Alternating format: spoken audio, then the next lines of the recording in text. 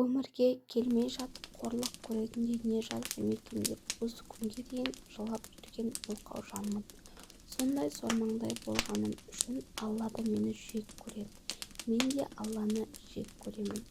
Ана деген аттан садақа кеткір әйелдің қызы едім.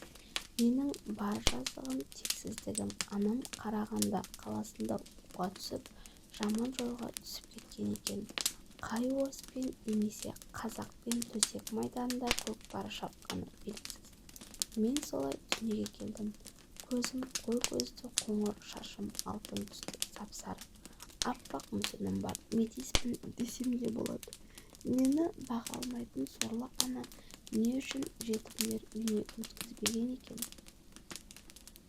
Ол да белгісіз. Анамның анасы жоқ, ағалары мен әкесі ғана бар. Бүлінген қызы шақалағымен үйіне келгенде қуып жіберген. Сонда ойлаймын ғой, анамда безбүйрек надан отбасынан шыққан адам. Қатарында жоқ біреу болды ғой. Әйтпесе мейірімділікпен өмір сүрсе, мені олай өсірмес еді ғой деп осылай анамды ақтағым келеді. Бірақ ондай ақтауға тұрмын. Баламен үйден туған анам Түркістан қаласында тұратын нағашы әпкесінің үйін паналайды екен. Көп уақыт өтпей ол әпкесі де анамды күйеуінің Альфонс туыстарына әйелдікке береді. Бала-шағасы жоқ әйелден бірнеше рет ажырасқан. Ол менің қатыгез өгей әкем еді. Өгей әкем түріне қарасаң беті жалтыраған, шатысы бар. Анам сол байыны өліп-өшіп сөйтіп жақсы көрді. Ол болса анамның сыртынан измена жасап жүрді. Сонда да анам үй үшін, көлігі үшін өлген екен, әлде далада қалғысы келмеді ме екен? Әйтеуір қаншама рет ұрсып таяқ жесе де кетпеді. Есік алдында өте үлкен бау-бақша болды. Сол бақшаның шөбін жұлу, күту, өсіруді, үйдің тірлігін жасауды анамның мойнына алды. Өгей әкем базарда фрукты сатады. Көп бақшаның өнімдері өгей әкемнің анамы үнемі сыйлықтар жасайды. Сол үшін анам кеткісі келмейтін болар. Ұл туып берсең, төбеңнен аяғыңа дейін алтын қоямын деп анама жиі айтатын. Есік алдында ошақпен салынған үлкен 2 бөлмелі сарай бар. Көзде банка жабады, жидектерден тосап жасады. Басында анам түк білмейтін, бәрін өгей әкем үйретті. Арада жылдар өтті, 7 жасқа толдым. Сабаққа барамын деп қуанғаным әлі есімде. Анам сол уақытта бала көтердім, қуанғаным еді. Шілде айы анамнан аяқ асты қан кетіп, ауруханаға бір аптаға жатуға кетті. Мен өгей әкеммен ғана қалдым. Күндіз мені ертіп базарда тұрды. Елдің көзінше мені өз қызындай көріп, мейірімді түр жасайды. Кешке үйге келгенде мені қасына шақырып алды да үстіме отыр деді. Түсінбедім, өгей әкеме қарап не үшін деп едім, құшақтап алды да қақиғанды тастай денесіне үйкелей берді. Жіберші деп жылап жібердім. Ол кезде үстімде көйлек еді, оның үстінде де киімі болды. Тек киімнің сыртынан ғана үйкелеп қойды. Жай сенімен ойнаймын. Ешкімге айтпа, бар бөлмеме құры деп ашулана сөйледі. Сол түні біртүрлі бойымда қорқыныш биледі. Денем, аяқ-қолым өзіме бағынар емес. Дірілдеп қорқып көрпенің астына тығылып жатырмын. Тағы да мені сүйреп өз бөлмесіне әкететін сияқты аяқ дыбысы естілді. Қорқып кеттім. Маған қарай келе жатыр деп көзімді тарс жұмып, жүрегім сыртқа шығып кетердей дүрсілдей қоя берді. 2 бөлменің есігіне дейін келді. Бірақ тоқтап қалды да есіктің сыртынан құлыптап көшеге кетті. Басқа қатындарына кеткен болу керек. Сол кезде ғана әрең тыныс алып қорқынышымды бастым. Сөйтсем, ол малғұн ұнтақ әкелуге кеткен екен. Ұнтақ ол. Оны пайдаланбағасын маған жасайтын қылығына дәті жетпеген. Қорқынышымды басып ұйықтап кетіппін. Есіктің ашылғанын да байқамаппын. Тек көрпемді жұлып алып киімдерімді еріксіз сығана шошып оянып кеттім. Қорыққаннан жылап жібердім. Ол менің жылағаныма ашуланып күректей қолмен бетімнен тартып жіберді. Соның өзінде қашып кеткім келді, бірақ әлім келер емес. Ол малғұн әсерінен бе адамның қасиетін айырылып әлі буыны қатпаған мені пайдаланды. Содан кейін үнімді өшіру үшін ас үйде өзі пайдаланған дәріні мұрныма қинап тұрып иіскетуге мәжбүрледі. Бір рет иіскегенде тұншығып есімнен тандым. Есімді жиғанда мұздай су құйылған пластик тазиктің ішінде отырмын. Сумен араласқан белден төменгі жағым ауырғаны соншалықты айтып жеткізу мүмкін өте қиын. Ол малғұн өз есін жиып алған сияқты. Менен кеткенді көріп тазалаумен әлек. Мен таңға дейін суық суға салып тоқтатуға тырыстым. Таңға жоқ денем қылшылдап өзімді ұстай алмай дірілдей бердім. Сол кезде ғана суық судан шығарып қалың көрпеге орап дәрі берді. Астыма сүлгілерді орап салып қойды. Ластанған сайын даладағы ошаққа жинап өрттеп жібергені есімде. Дәрі ішіп қалың көрпеме терлеген соң өзіме келдім. Астыңғы жағым солқылдап ауырып барады. Кешегі түн есіме түсіп жылай бастадым. Өгей әкем сол күні жұмысқа шықпады. Дауысымды естіп өшіріңді деп айқайлайды. Жылап жатқанмен мама келсе бәрін айтып беремін. Қазір айтқаныңды көрсетемін деп бөлмеден шығып кеткен еді. Мен оны көріп одан сайын жылап жібердім. Ол жауыз басымды ұстап тұрып тамағыма жармасып тілімнің ұшынан кесті. Тағы да есімнен тандым. Қан жоса болған мені өзі емдеп өзі бақылауда ұстады. 6 күн бойы бақылауда дәрі-дәрмекпен емдеді. Өліп қалсам екен деп тіледім. Бірақ өлу маңдайыма жазылмапты. Анам ауруханадан шықты, баласы түсіп қалған. Үйге келген соң менің тілімнің жоқ екенін өгей әкемнен естідім. Мен тек анама қарап жылай бердім, сөйлей алмадым. Өгей әкем қызың сені іздеп жылай берді. Ашуланып итеріп жібергенде тілін оңбай тістеп алды. Тілі жараға айналып іріңдеп дәрігерлер кесіп тастады. Саған айта алмадым деп өтірік айтты. Анам соған сенді. Өз басымды шайқап ыммен қолыммен төменгі жағымды көрсете бердім. Ал анам болса түк білмегендей мені итеріп жіберіп өз бөлмесіне кіріп кетті. Сол кезде жүрегім қатты жараланды. Төменгі жағымды қолыммен көрсеткенде анам түсінуге болады ғой. Өгей әкем анамды жұбатып қолына ақша беріп, қалаған затыңды ала ғой. Көңілденіп қыдырып кел, сен уайымдама, тағы бөпелі боламыз деп еркіндік берді. Мол ақшаны көрген анамның көзі жайнап шыға келді. Содан үйден шығып кеткеннен кешке қарай келді. Ол келемін дегенше өгей әкем сен қыз тыныш жүр. Әйтпесе тіліңді кескен секілді ішегіңді суырып алып кесемін. Азаптаймын, соны қалайсың ба деп қорқытып қойды. Сол бір сөзінен қорқып бөлмеден шықпайтын ауру болдым. Ал анам өгей әкемді әдейілеп маскүнем болуға үйретті, мені пайдалану үшін. Басында анама ақша беріп кафеге апарып арақты ішкіздіріп үйге сүйреп әкеледі. Есінен танған ол сорлы қорылдап ұйықтап қалады. Сосын әлгі мені пайдаланып білгенін істейді.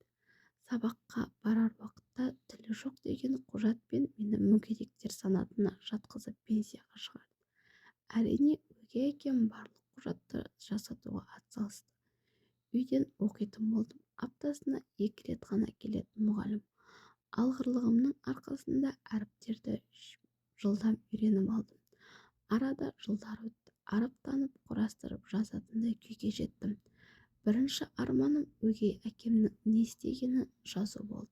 Содан жаза бастадым. Қолымнан келгенше жаздым. Өгей әкем жоқта анамы ұстаттым. Араққа салынып кеткен анам сүйретіліп жүріп жазған хатымды оқымады. Қанша күннен бері жазған хатымды сорлы анам мұжып-мұжып қалтасына сала салды. Ол кезде 9 жастамын. Анамды қайта-қайта жұлқылап хатты оқышы деп ымдаймын. Көрсетіп кешке дейін әлек болдым. Қайта-қайта анамның арақ сасыған бөлмесіне барып көздерім жәутеңдеп қарай беремін. Бар үмітім анамда. Ол сорлы мені емес арағын ойлап қайғырды. Мені оқытатын мұғалімге өгей әкем ақша беріп қойған ба, әйтеуір келіскен 2 аптада бір рет қана келеді. Оның да оқытқаны шамалы 20-30 минут бірдеңе түсіндіргендей болады. Солай жүргенде өгей әкем келді. Кешкі тамақты базардан әкеле салады. Анам бөлмесінде айқайлап жатты. Оған арағын әкеліп беретін осы кісі. Ішіне ұнтақтап дәрі қосып береді, қатып ұйықтау үшін. Анамның бөлмесіне барған ол малғұнның көздері қызар менің бөлмеме жүгіріп келді. Сен мылқау, мен құртамын деп жүрмісің? Сенің жазған хатыңды маскүнем шешең оқиды деп ойладың ба деп итеріп жіберіп, анам ұйықтамаса да мені тағы қинады. Арағын қылғылта ішкен анам бөлмеге сүйретіліп көрді. Бізді көрді де қарқылдап күлді. Кішкентай қыздың қай жеріне тығып жастың деп тілі күрмелеп күле берді. Міне менің сорлы анамның осы бір тірлігінен соң жүрегімде өшпес із қалды. Сол күні хат жазғаным үшін өгей әкем есіктің арасына оң қолымды салып саусағым көгергенше әбден қысты. Тұншығып айқайлауға да тілім жоқ әттең. Жанымда, тәнімде қатты қиналдым. Сол бір азаптан соң ешкімге ештеңе айтуға менде жүрек қалмады. Арада жылдар өтті. 13 жасқа толғанда өгей әкем апатқа ұшырап, екі аяғы кесіліп, белден төмен жері істемей және оң қолда кесілді. Тек сол қолы ғана қалды. Аузы-басы қисайып, сөйлеген сөзіне адам түсінбейді. Осындай жарымжан болған сорлыға менің мүлдем жаным ашымады. Өзіңе сол керек деп қатты қуандым. Көп ұзамай өгей әкемнің достары келді. Үймен кәсібі үшін төбелес болды. Өгей әкемнің бауырлары маскүнем анам екеумізді қуып шықты. Өгей әкемді қамқорлыққа алған інісі үйді сатуға қойды. Інісі де жау сияқты түрі ұнамады. Мүгедек ағасын үймен кәсібіне бола қамқорлыққа алғаны көрініп тұр. Енді ол малғұн азапта өмірмен көп ұзамас. Далада қалған біздер көше жағалап кеттік. Бір кусок нан үшін қайыр тілеп мешіт алдында жей отырдым. Сонда келген бір апай көмектесіп балалар қорғау үйімін өткізді. Ақыл-есі кем балалар үйіне орналасты. Сол күннен соң маскүнем анам тірі ме өлі ме іздемедім. Тек аналық құқықтан айырғанын білемін. Өлі болса да, тірі болса да еш уақытта кешірмеймін. Балалық шағымның күл-талқанын шығарған анамды да өгей әкемді де қарғыс атсын. Өліп қалса қара жерде жатса да жандары жай таппасын. Бой жеттім, балалар үйінен шыққан соң өмірім өзгерді деп қатты қуандым. Бірақ сол балалық шағымдағы қорлық, зорлықты қайта көрдім. Танымайтын өзімнен үлкен еркектің қолынан ұстап еріп кеткен едім. Бақытты боламын деп сендім. Балалар үйінен шыға сала шағын кафеде даяшы болып жұмыс жасадым. Сол жерге үнемі тамақ ішуге келетін ер адам болды, жүзі жылы. Кафе вокзал маңында орналасқан. Сөйтсем, әлгі еркек азартный екен. Кейде бірнеше ер адаммен, кейде жалғыз келіп кетіп маған жылы қарайтын. Алғаш рет жылы қараған еркек сол болғасын, ол маған сөз салғанда келсе кетті. Ол мені қыз деп ойлаған. Ешқандай неке қиылмай өз тұратын пәтеріне кетті. Алғашқы түнімізде ештеңе шыққан ол бетімнен тартып жіберіп, сен қыз екен десем, әйтеуір артық сөз айтпай не үшін келсе кетті деп ойлап едім. Ашулана бетіме қарады, ал мен оны түсіндіре алмадым. Ондай сәтте қағаз бен ручкада табылмай қоятын әдет емес пе? Содан ол күйеуім деген малғұн картадан ұтылып қалса мені тегеді. Оның қарызын мен қайтарып жүрдім. Шыдамадым. Неше түрлі азғын еркектер, иманнан жұрдай ібіліс кейпіндегі еркектер еді. Бір күні шыдай алмай балконға шығып 3-ші этаждан құладым. Өлгім келді. Өмір сүру қызық емес еді, бірақ өле алмадым. Бір аяғым сынып аман қалдым. Ауруханада жатып тек жылай беремін. Тамақты да ішкім келмейді. Сонда жұмыс жасайтын санитарка орыс апай болды. Жасы 40-тан асқан, орысшаны да қазақшаны да біледі. Үнемі соның смена кезінде мені бақылайды да жүреді. Мені сұрастырып, менің балалар үйінен шыққанымды да біліп алған. Аяғыма күтім көп керек. Ал ауруханадан шығатын уақытым болды. Бірақ балдақ жоқ. Тағы жылап алдым. Қайда барам? Менің не үйім, не мені күтіп алатын бір туысым жоқ. солай жылап отырсам әлгі орыс апайым күлімдеп қасыма келіп балдығын әкеліп тұр. Сары қыз, менімен бірге тұрасың ба? Мен жалғыз тұрамын, жазылып кеткенше қасымда тұра берсең болады деп қуантып қойды. Сол бір мейірімді орыс апайыммен бірге ілесіп ауруханадан шықтық. Ол мен үшін дастархан жайып қойыпты. Мен өз қызындай күткеніне еріксіз жылай бердім. Өзімді ұстай алмай-ақ қойдым. Тамақ ішіп отырсам да тамағыма ащы өксік келе берді. Алғаш рет аналық махаббатты, мейірімділікті көрген мен әлемдегі барлық балалар осы мейірімділікпен өмір сүрсе екен деп тіледім. Ол үйде алғаш рет тыныш тәтті ұйқының не екенін сезіндім.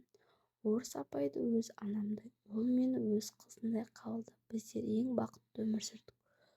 Орыс апайымны қартайғанша бағамын деп өзіме уәде берген едім. Әттең, ажал деген бәле орыс апайымды алып кетті. Арада бір жыл өтсе де орыс апайымды ұмыта алмай қайғыра берем. Неге мені бәрі жалғыз қалдыра береді? Аллаға сонша не жаздым? Бір ғана адам мені өмірінде адам етіп тәрбиелеп мені жақсы көрді. Бірақ Алла оны да көп көрді. Орыс апайымен курстарға жазып оқыды. Мемлекеттік тегін стипендиясымен колледж оқыды. Одан кейін жұмыссыздық атынан жұмысқа тұрғызды. Сол кісінің себебімен өзім үшін өмір сүруді, ешкім мені басынбауды үйрендім. Ақша жиып орыс апайыма ең қымбат сыйлық сыйлауды қанша жыл армандадым. Әттең, қазір мен де орыс апайым секілді жалғыз басты жанмын. Әйтеуір өмір сүріп жүрген соры қайнаған пендемін.